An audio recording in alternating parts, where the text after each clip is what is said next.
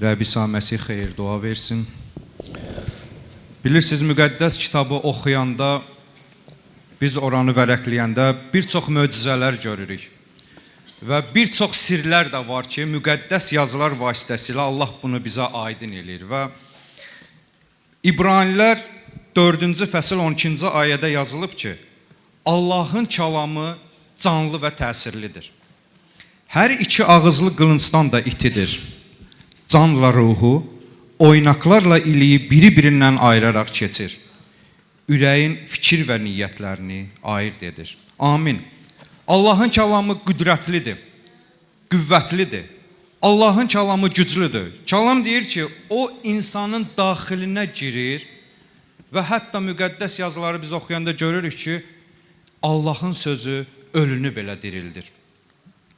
Allahın sözündə qüdrət var ki, o qüdrət lalın dilini açır, körün gözünü açır və nə cür xəstəliyi olsa da, nə cür naxoşluğu olsa da Allahın sözü o insana şəfa verir. Bilirsiniz, keçən həftə mən bərk xəstələnmişdim, hətta elə bir vəziyyətə gəldi ki, mən artıq qardaşlara yazdım ki, bacarmıram, çünki bu istiliyim dəhşət dərəcədə qalxır, halım olmur, xahiş edirəm, mənim üçün dua eləyin. Və həmən günü də məbədimizdə dərs var idi və bilirsiniz, dərsə də gəlmək istəyirəm, amma halım yoxdur. Amma inanıram ki, içimdə bir inan var idi ki, mən dərsə gəlsəm sağalacam. Və bilirsiniz, mən toparladım özümü, bir təhər dərsə gəldim. Dərsdə oldum, Allahın sözünü eşitdim və evə gedəndən sonra başladım sağalmağa. Və baxdım ki, həqiqətən də insan Allahın sözünü eşidəndə sağalır. İnsana şəfa verən Allahın sözüdür. Və Matta 9:35-də yazılıb ki, elə İsa Məsih bütün şəhərləri və kəndləri gəzib dolaşalar, onların sinagoglarında təlim öyrədirdi. Səmavi padşahlığın müjdəsini vəz edir, hər cür xəstəliyə və hər cür naxoşluğa şəfa verirdi. Biz İsa Məsihin həyatına baxanda görürük ki, İsa Məsih elə, bax, biz xəstələrə görə yer üzərinə gəlmişdi ki, o bizə şəfa versin. Çünki bizim o şəfaya ehtiyacımız var. Və eləcə də Luka müjdəsi 13-cü fəsil 10-cu ayədə burada gözəl bir yer var. Və orada yazılıb ki, İsa Məsih bir dəfə şənbə günü sinagoglardan birinə gəldi. Və o təlim öyrətməyə başladı. Orada 18 il daxilində xəstəlik ruhu olan, beli bükülmüş bir qadın var idi. O belini heç düzəldə bilmirdi. İsa bu qadını görəndə çağırıb dedi, ey qadın, sən azarından azad oldun. İsa əllərini qadının üstünə qoyanda, o dərhal dikəlib Allahı izzətləndirməyə başladı. Amin. İsa Məsih 2000 il bundan qabaq bir sinagoqa gəlir, yəni dua evinə gəlir. Yahudilərin yığışdığı bir dua evinə gəlir və başlayır orada Allahın kəlamını vəz eləməyə insanlara. Və bilirsiniz, İsa Məsih başqa peyğəmbərlər kimi, başqa insanlar kimi o tək təlim vermirdi.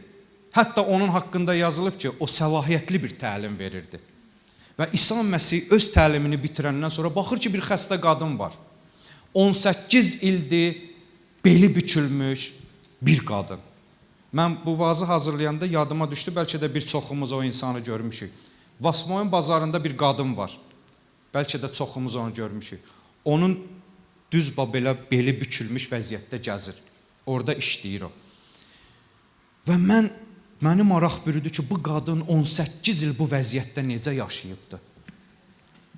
Bilirsiniz, əziz bacılarım, qardaşlarım, Rəbbə şükür olsun. Hamımız sağlamıq, əlimiz var, ayağımız var. Amma çoxumuz bu məbədə gəlmirik. Amma bu qadının həyatına baxanda görürük ki, o məbəddə idi. O dua evində idi. O gəlmişdi Allahın sözünü eşitməyə. Amma bilmirdi ki, bir gün o Allahın özü ilə orada rastlaşacaq. Və rastlaşdı. İsa onu çağırdı və bu sözləri dedi. Ey qadın, sən xəstəliyindən azad oldun. Amin. Bilirsən, bu günləri bizim daxilimizdə bir çoxumuz xəstəliklər var. Onlar həqiqətən bizi qurudublar. Dilimizi qurudublar, ayaqlarımızı qurudublar, əlimizi qurudub elə xəstəliklər. Biz artıq çoxdan da Allahın kəlamını danışa bilmirik heç harda. Çoxdan da məbədə gələ bilmirik. Düşünürük ki, xəstəyəmsə hardasa sağalacam. Amma biz müqəddəs yazıları oxuyanda görürük ki, insanlar dua evinə gəlirdilər və orada şəfa alırdılar. Bilirsiniz, bu yaxında bizim Nazilə bacımız, onun gözündə ağrılar başladı və o bir neçə həkimə müraciət elədi ki, onu müayinə eləsinlər, ona dərman yazsınlar ki, o sağalsın. Və bilirsiniz nə baş verdi? O həkimlər səyi nəticəsində və yanlış müayinələr, müalicələr nəticəsində Nazilə müəllimənin gözləri başladı bağlanmağa, artıq görməməyə. Biz çox qorxduq. Çünki o bizə dəfələrlə yazırdı ki, artıq gözüm görmür, gözüm torlanır. Bir gözüm görmürdü, o birisi də başladı görməməyə. Və biz hamımız dua elədik, Rəbbə şükür olsun, Rəbb həkim getirdi. Və onu ən yaxşı həkim qəbul elədi. Apardıq, həkim onu müayinə elədi və başladı gözü yaxşılaşmağa. Biz həkimdən çıxdıq, bura gəldik, məbədə gəldik.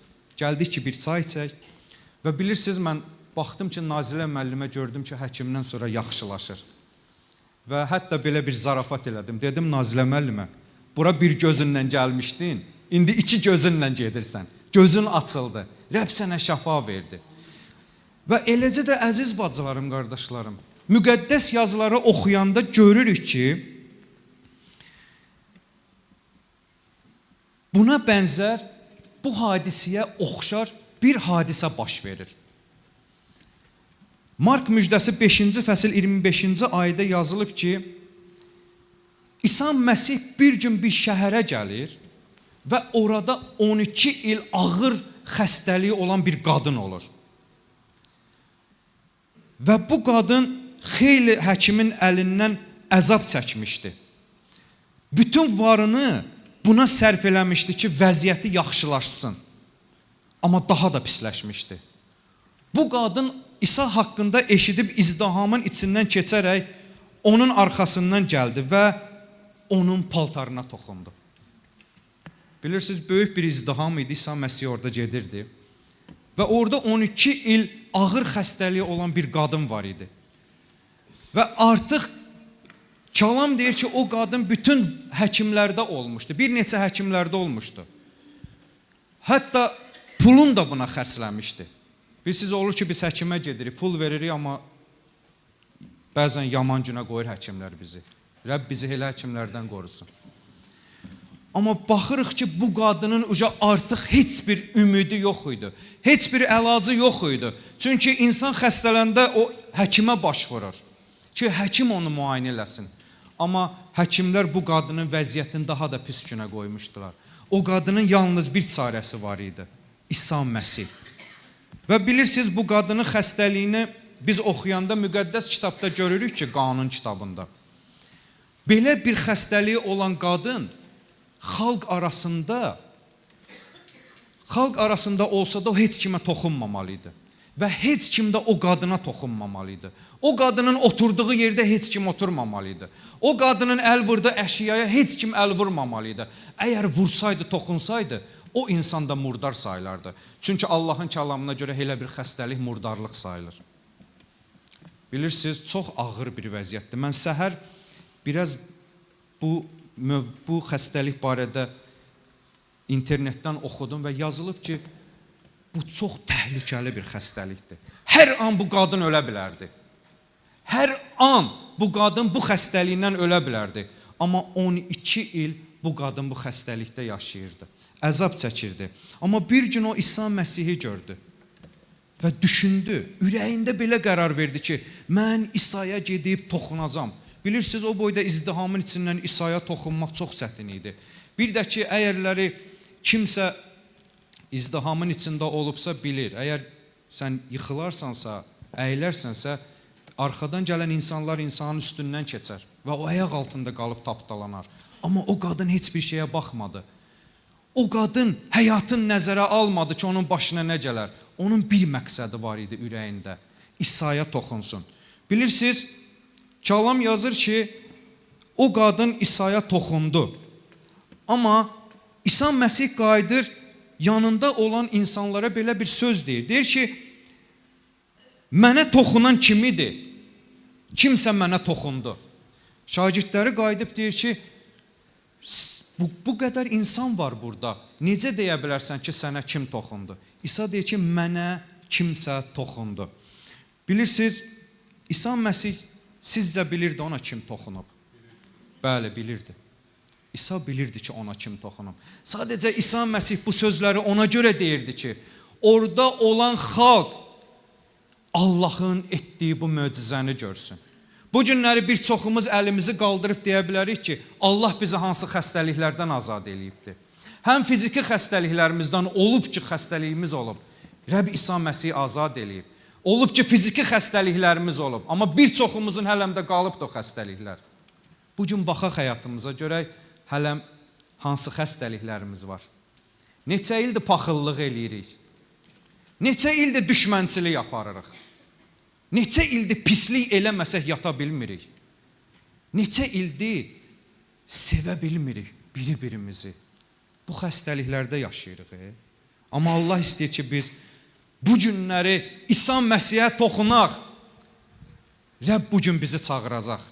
Məndən sonra qardaşım da vaz eləyəcək. Və o da tövbəyə çağıracaq. Bizim hər ikimizin vazı şəfa haqqındadır. Və Rəbb istəyir ki, həqiqətən bu gün biz ona yaxınlaşaq. Ona toxunaq. Bilirsiniz, o qadın İsa Məsihə toxunandan sonra dərhal öz daxilində sağaldığını bildi.